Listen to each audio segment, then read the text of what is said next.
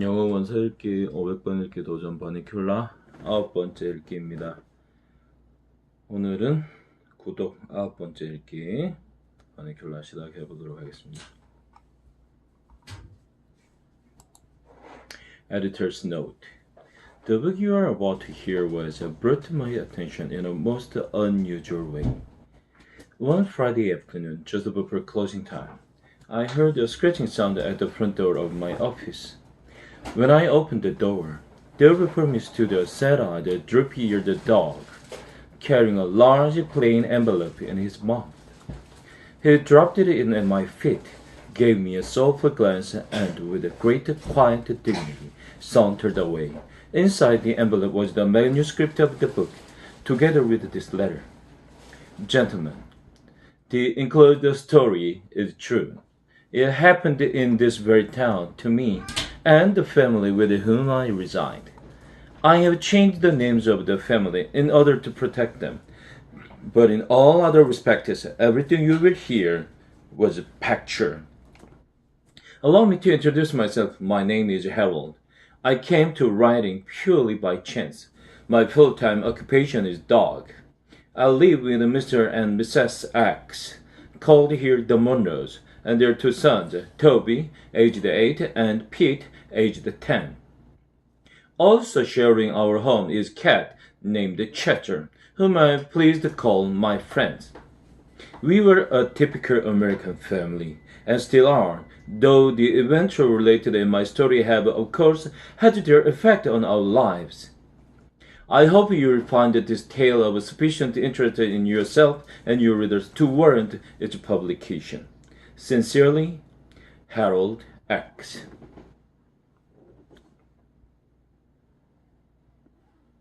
Bunnicula. Chapter 1.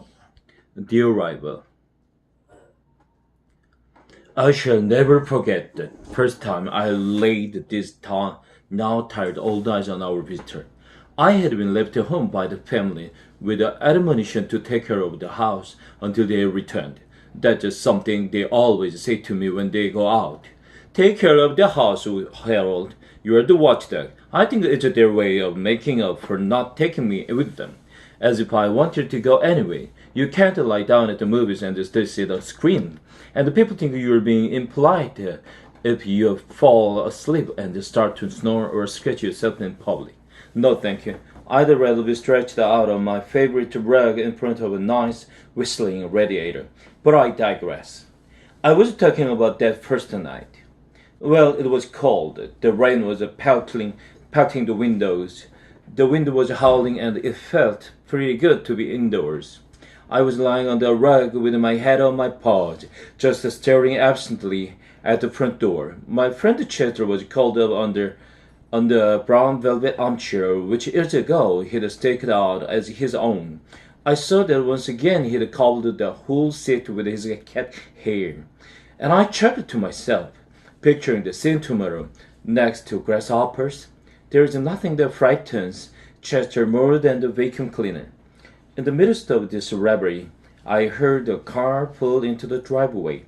I didn't even bother to get up and see who it was. I knew it had to be my family, the Monroes, since it was just about time for the movie to be over. After a moment, the front door flew open. There they stood in the doorway, Toby and Pete, and Mom and Dad Monroe. There was a flash of lightning, and in its glare, I noticed that Mr. Monroe was carrying a little bundle, a bundle with tiny glistening eyes.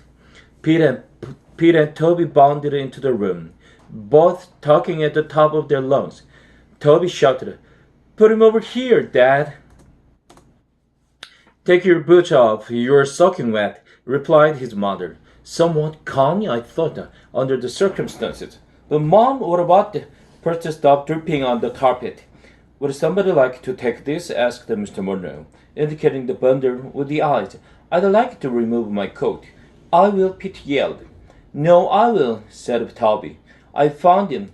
"You will drop him." "I will not." "You will too." "Mom, Pete punched me." "I will take him," said Mrs. Monroe. "Take off your coat this minute." But she became so involved in helping the boys out of their coats that she didn't take him at all. My tranquil evening had been destroyed, and no one had even said hello to me. I whimpered to remind them that I was there. Harold, cried Toby. Guess what happened to me? And then all over again. Everyone started talking at once. At this point, I feel I must explain something. In our family, everyone treats everyone else with great respect for his or her intelligence. That goes for the animals as well as the people. Everything that happens to them is explained to us. It's never been just a good boy, Harold, or use the little box, Chester, at our house. Oh no. With us, it's, hey, Harold, Dad got a raise, and now we are in a higher tax bracket. Or, come sit on the bed, Chester, and watch the Wild Kingdom show. Maybe you will see a relative, which shows just how thoughtful they are. But after all, Mr. Monroe is a college professor, and Mrs. Monroe is a lawyer, so we think of it as a rather special household, and we are, therefore, rather special pets. So it wasn't at all surprising to me, and they took the time to explain the strange circumstances surrounding the arrival of the little bundle with the glistening eyes, now among us. It seems that they had arrived at the theater late, and rather than trip over the feet of the audience already seated, they decided to sit on the last row, which was empty. They tiptoed in and sat down very quietly, so they wouldn't disturb anyone. Suddenly, Toby, who's the little one, sprang up from his chair and squealed that he had sat on something. Mr. Monroe told him to stop making a fuss and moved to another seat. But in an unusual display of independence, Toby said he wanted to see just what it was he had said. An usher came over to their row to shush them, and Mr. Monroe borrowed his flashlight. What they found on Toby's chair was the little blanket bundle that was now sitting on Mr. Monroe's lap. They now unwrapped the blanket, and there in the center was a tiny black and white rabbit, sitting in a shoebox filled with dirt. A piece of paper had been tied to his neck with a ribbon.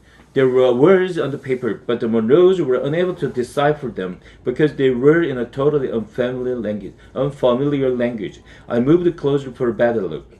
Now, most people might call me a mongrel, but I have some pretty fancy bloodlines running through these veins, and the Russian wolfhound happens to be one of them. Because my family got around a lot, I was able to recognize the language as an obscure dialect of the Carpathian mountain region. Roughly translated, it read, "Take good care of my baby," but I couldn't tell if it was a note from a bereaved mother or a piece of Romanian sheet music.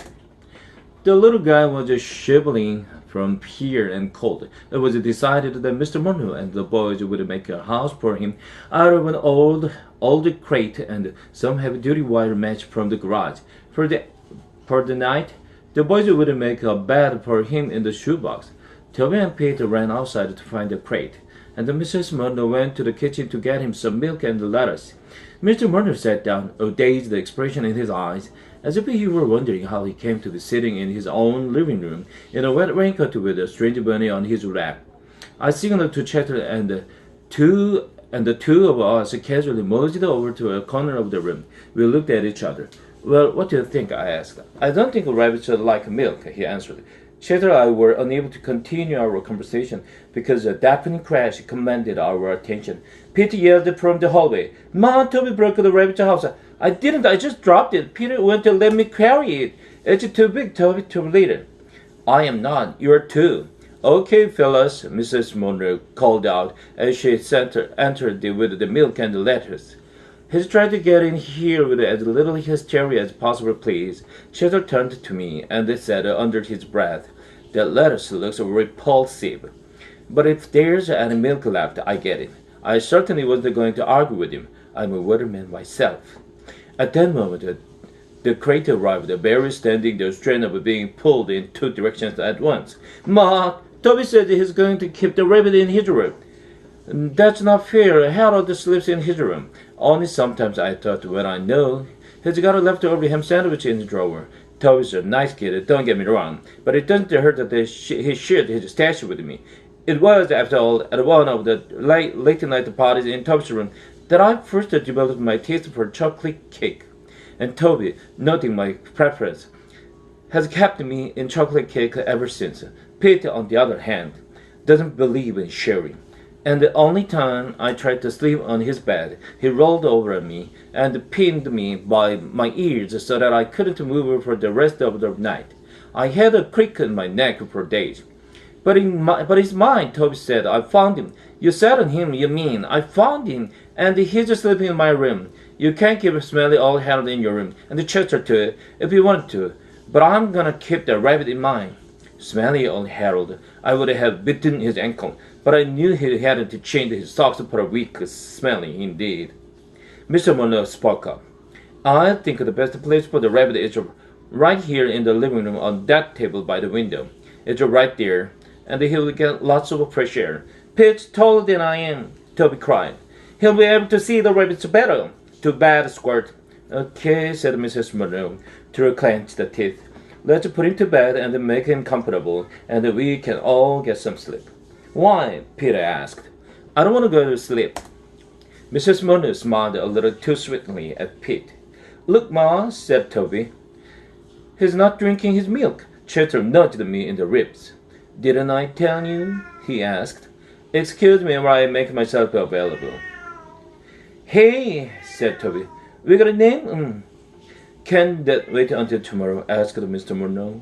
The boys shouted in unison. No, he has to wait a name right now. I have to say I agreed with them. It took them 3 days to name me, and those were the 3 most anxious days of my life. I couldn't sleep at all, worrying that they were really going to call me Fluffy, as Mrs. Monroe had suggested. Well, all right, sighed Mrs. Monroe. What about, say, Bun Bun? Uh-oh, there she goes again, I thought. Where does she get them? Yuck, we all said. Well then, how about Fluffy? She offered, hopefully. Pete looked at his mother and smiled. You never give up, do you, Ma? Meanwhile, Chester, who had also been named Fluffy for short time, was rubbing against Mrs. Monroe's ankles and purring loudly. No, Chester, not now, she said, pushing him aside. He wants to help us name him, don't you, Chester? Toby asked, as he scooped him up into his arms. Chester shot me a look. I could tell this was not what he had in mind. Come on, Harold, Toby called. You've got to help with the name, too. I joined the family, and the serious thinking began. We all peered into the box. It was the first time I had really seen him. So, this is a rabbit, I thought. His sort of looks like a cheddar, only he got longer ears and a short tail, and the motors in his nose. Well, said Pete after a moment, since we found him at the movie, why don't we call him Mr. Johnson? There was a moment of silence. Who's Mr. Johnson? Asked Toby. The guy who owns the movie theater, Peter answered. No one seemed to like the idea. How about the prince? Said Mr. Monroe. Dad, said Toby, are you kidding? Well, I had a dog named the Prince once, he replied lamely. Prince, I thought, it's a silly name for a dog. We found him at a Dracula movie. Let's call him Dracula. That's a stupid name, said Pete. No, it's not. And anyway, I found him. Why should I get to name him? Mom, you're not gonna name him, aren't you?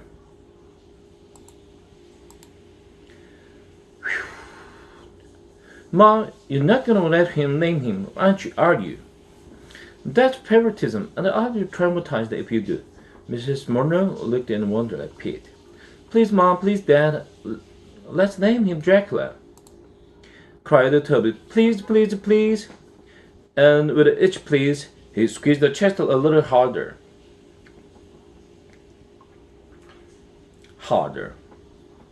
Mr. Monroe picked up the bowl of the milk and moved toward the kitchen. Chester followed her every movement with his eyes, which now seemed to be popping out of his head. When she reached the kitchen door, she turned back and said, Let's not have any more arguments. We will compromise. Here's a bunny, and we found him at a Dracula movie, so we will call him Bunnicula. Bunnicula? That should make everybody happy, including me.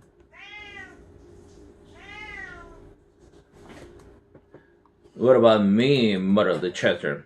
I went happy until she puts down that milk. Well, guys, is that okay with you? She asked. Toby and Peter looked one another. Then at the rabbit. A smile grew on Toby's face. Yeah, Ma, I think that name is just right. Peter shrugged. It's okay, but I get to feed him. Okay, I'm going to put the milk back in the fridge. Maybe he will drink tomorrow. What about Chester? Toby said, dropping the cat on the floor. Maybe he will drink it tomorrow. Maybe he would like it. Chester made a beeline for Mrs. Monroe and looked at her plaintively. Oh, Chester doesn't want any more milk, do you, Chester? You've already had your milk today. She reached down, patted Chester on his head, and walked into the kitchen. Chester didn't move. Okay, bedtime, said Mr. Monroe. Good night, Bunnicula, Toby said. Good night, Count Bunnicula, Peter said sarcastically. In what I took to be his attempt at a Transylvanian accent, I may be wrong, but I thought I saw a particular movement from the cage. Good night, Harold. Good night, Chester. I licked at Toby. Good night. Good night, smelly Harold. Good night, dumb Chester. I drooled on Peter's foot. Mom, Harold drooled on my foot. Good night, Pete, Mrs. Muller said with a great finality as she came back into the living room, and then more calmly, good night, Harold. Good night, Chester. Mr. and Mrs. Muller went up the stairs together. You know, dear, Mr. Muller said, that was very clever. But Nicola, I could never have thought of a name like that. Oh, I don't know, Robert. She smiled as she put her arm through his. I think Prince is a lovely name, too. The room was quiet. Chester was sitting by the closed kitchen door in a state of shock. Slowly he turned to me. I wish they had named him Floppy, was all he said. Chapter 2. Music in the Night. I feel at this time there are a few things you should know about Chester. He's not your ordinary cat. But then, I'm not your ordinary dog, since an ordinary dog wouldn't be writing this book, would he? Chester came into the house several years ago as a birthday gift for Mr. Monroe, along with the 2 volumes of G.K. Chesterton, hence the name Chester, and the first edition of Dickens' A Tale of Two Cities. As a result of this introduction to literature, and given the fact that Mr. Monroe is an English professor, Chester developed a taste of reading early in life. I, on the other hand, have developed a taste for books. I found Jonathan Livingston Seagull particularly delicious. From Chester's kittenhood on, Mr. Monroe has used him as a sounding board for all his students' lectures. If Chester doesn't fall asleep when Mr. Monroe is talking, the lecture can be counted a success. Every night, when the family is sleeping, Chester goes to the bookshelf, selects his midnight reading, and calls up on his favorite chair. He especially likes mystery stories and the tales of horror and the supernatural. As a result, he has developed a very vivid imagination. I'm telling you this because I think it's important for you to know something of Chester's background before I relate to you the story of the event following the arrival of Bunnicula into our home. Let me begin with that first night. It seems that after I went to sleep, Chester, still stewing over the lost milk, settled down with his latest book and attempted to ignore the rumbling in his stomach. The room was dark and quiet. This did not prevent his reading. Of course, since, as you know, cats can see in the dark. A shaft of moonlight fell across the rabbit's cage and spilled onto the floor below. The wind and rain had stopped, and as Chester read Edgar Allan Poe's The Fall of the House of Usher, she became increasingly aware of the eerie stillness that had taken their place. As Chester tells it, he suddenly felt compelled to look at the rabbit. I don't know what came over me, he said to me the next morning, but a cold chill ran down my spine. The little bunny had begun to move for the first time since he had been put in his cage. He lifted his tiny nose and inhaled deeply as if gathering sustenance from the moonlight. He slicked his ears back close to his body, and for the first time, Chester said, I noticed the peculiar marking on his forehead. What had seemed an ordinary black spot between his ears took a strange V shape, which connected with the big black patch that covered his back and each side of his neck. It looked as if he was wearing a coat. No, more like a cape than a coat. Through the silence had drifted the strains of a remote and exotic music. I could have sworn it was a gypsy violin, Chester told me. I thought perhaps a caravan was passing by, so I ran to the window. I don't know what came over me, he said to me the next morning, but a cold chill ran down my spine. The little bunny had begun to move for the first time since he had been put in his cage. He lifted his tiny nose and inhaled deeply, as if gathering sustenance from the moonlight. 읽은데 또 읽었네요. 다음 넘어가야지. I thought perhaps a caravan was passing by, so I ran to the window. I remembered my mother telling me something about caravans when I was a puppy, but for the life of me, I couldn't remember what. What's a caravan? I asked, feeling a little stupid. A caravan is a band of gypsies traveling through the forest in their wagons, Chester answered. Ah, yes, it was coming back to me now. Station wagons? No, covered wagons. The gypsies travel all through the land, setting up camps around the great bonfire, doing magical tricks, and sometimes, if you cross their palms with a piece of silver, they will tell your fortune. You mean if I gave them a fork, they'd tell me my fortune? I asked, breathlessly. Chester looked at me with disdain. Save your silverware, he said. It wasn't a caravan after all. I was disappointed. What was it? I asked. Chester explained that when he looked out the window, he saw Professor Micklewhite, our next-door neighbor, playing the violin in his living room. He listened for a few moments to the haunting melody and sighed with relief. I've really got to stop reading these horror stories late at night, he thought. It's beginning to affect my mind. He yawned and turned to go back to his chair and get some sleep. As he turned, however, he was startled by what he saw. There in the moonlight, as the music filtered through the air, sat the bunny, his eyes intense and staring, an unearthly aura about them. No, this is the part you won't believe, Chester said to me. But as I watched, his lips parted in a hideous smile, and where rabbit bug teeth should have been, two little pointed fangs glistened. I wasn't sure what to make of Chester's story, but the way he told it set my hair on end. Chapter 3. Some unusual goings on. The next few days passed uneventfully. I was very bored.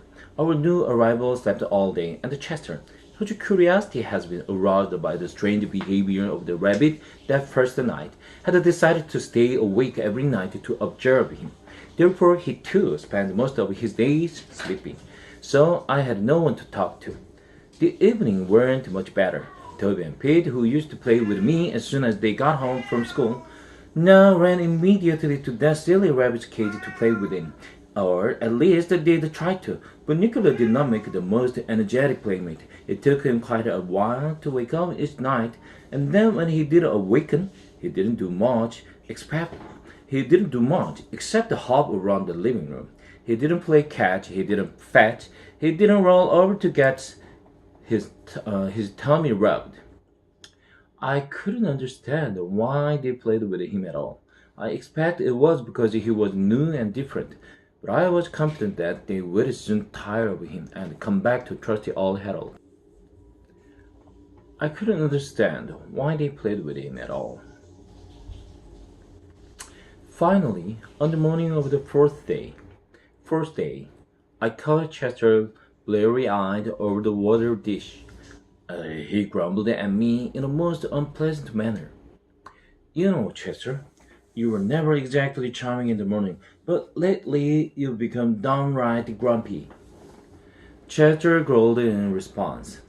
What are you doing this for anyway? What are you looking for? He's just a cute little bunny. Cute little bunny? Chester was amazed at my character analysis. That's what you think. He's a danger to this household and everyone in it. Oh, Chester, I said with an indulgent smile. I think your reading has gone to your head. I think your reading has gone to your head. It's just because I do read. Just because I do read that I know what I'm talking about. Well, what are you talking about? I still don't understand. I'm not sure yet, but I know there's just something funny about that rabbit. That's why I have to keep around. But look at you, you're exhausted. You sleep all the time. You sleep all the time. How can you call that a rot? I'm awake when it's important. He sleeps all day, so I slept all day. So just what have you seen since that first night that makes you uneasy? Well, said Chester, that is. At this point, Chester started to bathe his tail, which is a cat's way of changing a subject he finds uncomfortable. He then stumbled sleepily into the living room. So I asked again, following him, what have you seen? Nothing, he snapped, and proceeded to curl up on his chair to go to sleep. After a moment, he opened one eye. But that doesn't mean there's nothing to see. For the next few mornings, it was the same routine. I'd be ready for a good romp around the living room. And Chester would go to sleep. Pete and Toby were at school. Mr. Monroe was at the university. He never did too much romping around anyway. And Mrs. Monroe was at her office. No one to play with the poor, neglected Harold. At first, I thought I could strike up a friendship with Bunnicula and maybe teach him a few tricks. But I could never wake him up. He was always waking up just about sunset. When I wanted to take a snooze, a rabbit, I concluded. It's cute to look at, but is generally useless, especially as a champion to dogs. So I would retire each day with my favorite suit to the rug and chew. Now some people, especially Mr. and Mrs. Morno, can't understand my taste for shoes, and they yell at me for snacking on them. But I always say, there's no accounting for taste. For instance, I remember one evening when Mr. Morno picked some of his sour balls out of the bowl by his chair and dropped the green one on the floor. He didn't notice as it rolled across the room and landed near my nose. I decided this was a perfect opportunity to try one for myself. I placed it in my mouth and wished immediately that I hadn't. As the tears started running out of my eyes, I thought, what's wrong with my mouth? It's turning inside out. Mr. Morno immediately noticed that something had happened. What's the matter, Harold? Are you looking for someone to kiss? Help! Help! I wanted to cry, but all that came out was an ooh sound. I oohed for days. So how can anyone who likes green sour balls criticize me for preparing a nice penny roper or a bedroom sleeper? But back to the matter at hand. One morning, Chester had news. That bunny, he whispered to me across our food bowls, got out of his cage last night. Don't be ridiculous, I said. How could he break through that wire? Look how little he is. That's just it.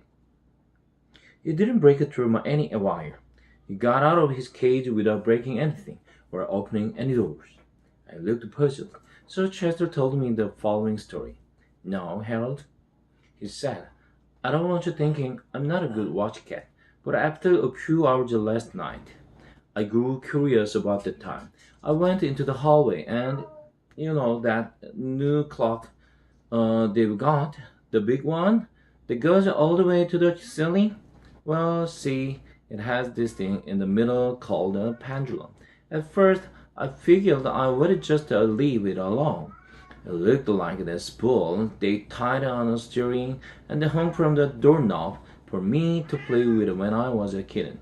Every time I hit that silly spool with my paw, it would swing back and hit me on the nose. I hated that toy. So naturally, when I saw this one, I decided not to have anything to do with it. I checked the time. It was midnight. I was all set to go back to the living room when something stopped me. Curiosity? I ventured. I suppose you could call it that.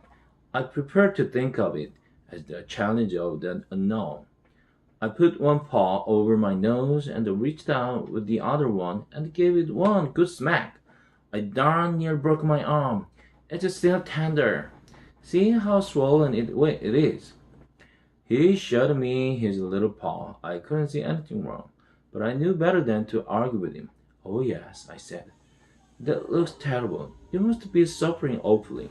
You'd better go east today. He limped dramatically, just proud enough to display his new handicap, and continued. I couldn't even get to the pendulum. Somebody had put glass in front of it, and it was pretty mad. I was all set to go back, but at the same time, I couldn't help watching the thing move back and forth, back and forth, back and forth. It was so easy to watch. Before I knew that what had happened, I was waking up. You fell asleep? I asked incredulously. I couldn't help it. I didn't even know it had happened, but I looked up at the face of the clock, and it was 12:45. I'd been gone 45 minutes. I ran back into the living room, looked at Bunnicula's cage, and it was empty. I couldn't imagine where he was. Then I noticed a light coming from under the kitchen door. I went into the couch, stalking the light. When click, I heard the refrigerator door close, and the light went out. It must have been Mr. Monroe having his midnight snack, I suggested. No, that's what I thought. I jumped on my chair, called a real kick, and kept one eye open, pretending to be asleep. Slowly, the door to the kitchen squeaked open. This little head poked up from around the corner, and I looked to either side to see if the coast was clear. Then, guess who came bouncing up all by himself, and with that idiotic grin of his plastered all over his face? Well, I guess it wasn't Mr. Monroe, I said. Not unless he wears bunny pajamas and gets very tiny at night. Bunnicula, huh? You got it. Unfortunately, I hadn't positioned myself so that I could see him get back into the cage, and I didn't want to let him know when I had seen anything, so I had to stay put. I still don't know how he got out or back in. At this point, Mr. Muller came downstairs to make a breakfast. I wondered if Chester hadn't dreamed the whole thing. He did admit he had fallen asleep, and, as I've said, he has quite an imagination. But I was game. After all, there hadn't been any excitement in this place for days. Chester and I took our positions under the kitchen table. We didn't have long to wait. Holy cow, Mr. Muller yelled as he opened the refrigerator door. He took his funny-looking white thing out of the fridge and held it at arm's length. Peter, come down here. What is that? I whispered. Beats me, Chester answered. It looks like a white tomato. Very funny, I said as Pete came into the kitchen. Peter, have you been playing with your chemistry set in here? No, Dad. Why? I thought this might be one of your experiments.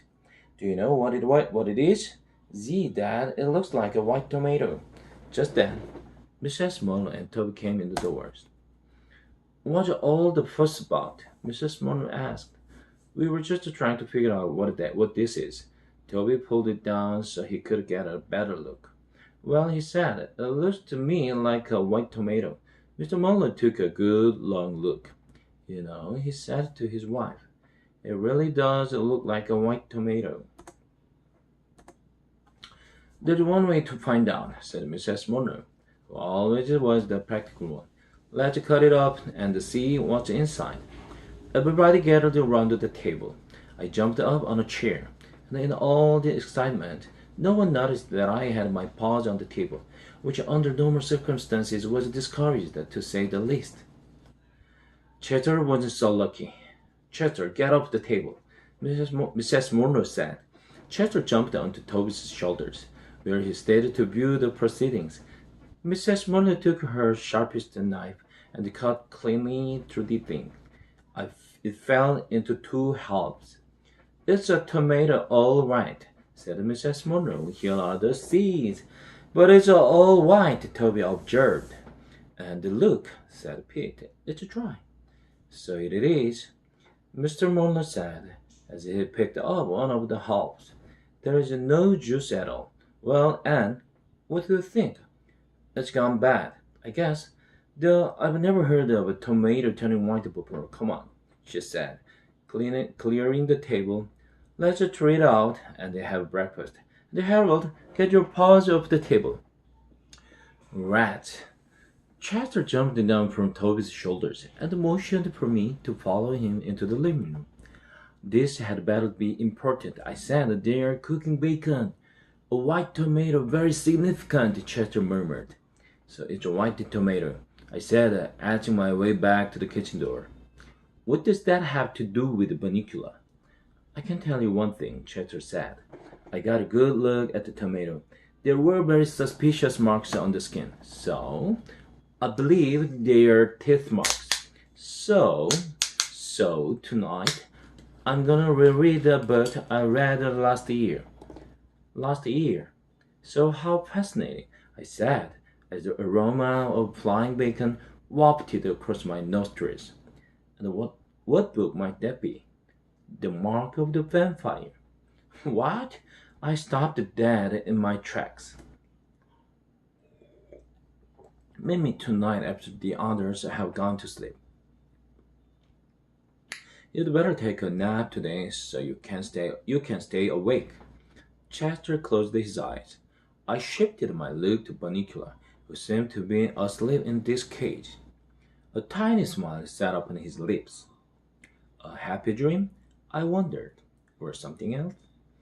My reverie was broken by the sound of crunching bacon. I was in the kitchen in a flash. Chapter 4. A Cat Prepares. I almost didn't make it to my meeting with Chester that night. Toby had a feast in his room. It was Friday night, and on Friday night, Toby got to stay up and read as late as he wants to. So, of course, he needs a lot of food to keep up his strength. Good food like cheese crackers, chocolate cupcakes, my very favorite, the kind with the cream in the middle, pretzels, and peanut butter sandwiches. The last I cannot abide because my mouth always gets stuck. Chocolate cupcakes with the cream in the center, however, are another story. This particular evening, I stationed myself on Toby's stomach.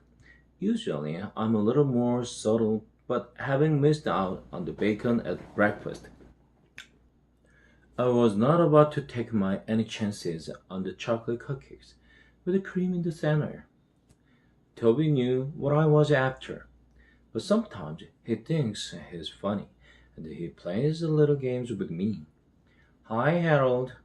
I'll bet you'd like a peanut butter sandwich, wouldn't you? Here you have this one that's left over from yesterday, while I ate this boring old chocolate cupcake, which is nice and fresh and has cream in the middle. Okay, Harold? Ha ha. My sides are spreading. What's the matter? What's the matter? Don't you want the peanut butter sandwich? All right. I'll put it away for another night. Oh, here's something you might like. It's a green sour ball from Daddy's candy dish that was stuck to my my sock. Would you like that, huh, pal? Oh boy, the kid is really hot tonight.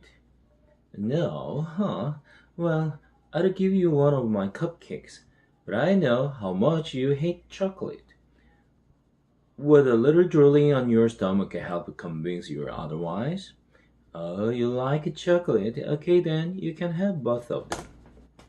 One thing I have to say about Toby, although he's got a rotten sense of humor, he's a nice kid. Naturally, once I'd eaten both cupcakes, which took approximately 4 seconds, I felt obliged to hang around and let Toby know I was grateful. What better way than to share a few of these cheese crackers? Well, Harold, Toby said sometime later, we've had quite a party, but I have to go to sleep now. I can't keep my eyes open, so I'll have to wait until tomorrow to find out what happens in the next chapter. This is a good book, Harold. It's called Treasure Island, and it's by a man named Robert Louis Stevenson. It's a kind of hard reading, though. I have to keep looking the big words up in the dictionary, so it's taking me a long time to get through it. I've always had trouble with the words myself. Half the time they don't mean what I think they are going to. And then, even when I do find out what they mean, I forget the next day anyway. You might say that I'm smart, but just not the scholarly type. Squirrely type. But it's a really good story, Toby continued. It's all about a pirate and this little boy just like me. No dogs, and the parrot, Harold. A parrot? What's a parrot? Is there anything about chocolate cake? That's my idea of a treasure. Well, good night, Harold. If you are going to sleep here, you'll have to get up my stomach because it's a little full right now. Good night, Toby. I curled up at the foot of the bed, but I couldn't sleep trying to figure out what a parrot was. I thought it might be a lady pirate, since the words sounded something alike, but then again, I thought it might be an umbrella. Chester would know, I thought, so I went downstairs to ask him. Well, you certainly took your time, Chester snapped as I sauntered casually into the room. I finished my book half an hour ago. Where were you? It so happens that I was discussing great works of literature with Toby. Since when is a Twinkie wrapper considered a great work of literature? I decided to ignore that. Unfortunately, several chocolate crumbles fell from my mouth to the floor at precisely that moment. As a matter of fact, I said, trying valiantly to regain my dignity. We were talking about Treasure Island. Ever heard of it? Ever hear of it? Ever hear of it? He sneered. I read that when I was a kitten. Oh, then tell me, Chester, what is your parrot? Chester looked at me scornfully. A parrot, he said, is a tropical gygodactyl bird, order Ctespromus, that has a stout, curved, hooked bill, is often crested, brightly variegated, and an excellent mimic. In other words, Harold, a parrot is a little bird with a big mouth. Oh, I said after a moment. I thought maybe it was an umbrella. Did you get so busy discussing parrots with Toby that you forgot you were going to meet me here? This is important, Harold. I still wasn't sure what a parrot was, but I decided this was not the time to pursue it. Come over here, Chester commanded, indicating his chair. And let me show you this book. I looked at the chair. Chester was already sitting in it, with a very large book open in front of him. I don't think there's going to be room for both of us, Chester, I said. Come on, you're wasting time. Just jump up here. I surveyed the scene carefully. I knew I would have to get a running started since there was just a tiny spot left for me, and I would never be able to fit into it if I pulled myself up slowly. Apparently, I was taking too long for Chester's liking. Will you get up here? He hissed. Okay, if that's what you want. I ran and jumped onto the chair, landing with a great kerplunk. Chester, where are you? I cried. I couldn't see anything but the back of the chair. I'd forgotten to turn myself around. I'm here, you great oaf. I turned my head. What are you doing on the floor? I asked. You knocked me off the chair. No, just stay put. I'm coming back up. I moved to the back of the chair. The Chester landed on the front. Now, let's see, he said. We both have to see the book. You come over here, and I'll move this way. I don't know if you've ever watched a cat try to decide where to sit, but it involves a lot of circling around. Sitting, getting up again, circling some more, thinking about it, lying down, standing up, bathing a paw or tail, and circling. A dog, on the other hand, sits. This looks like a good spot. The dog will spy to himself. He will then lower his body to the spot in question and is usually so secure in his decision that he will fall asleep immediately. Jeter took what felt like 20 minutes to settle himself in, and just as I was drifting off, the kicks started. Come on, Harold, quit hogging the seat and wake up. What were you trying to do? That's a little catnap? Ha ha ha. I yawned. Now, said Chester, turning to the book, let's get down to brass tacks. What exactly is on your mind? I asked. This book and that rabbit, Chester replied. Now tell me, Harold, have you noticed anything funny about the rabbit? No, I said, but I've certainly noticed a lot of funny things about you recently. Think about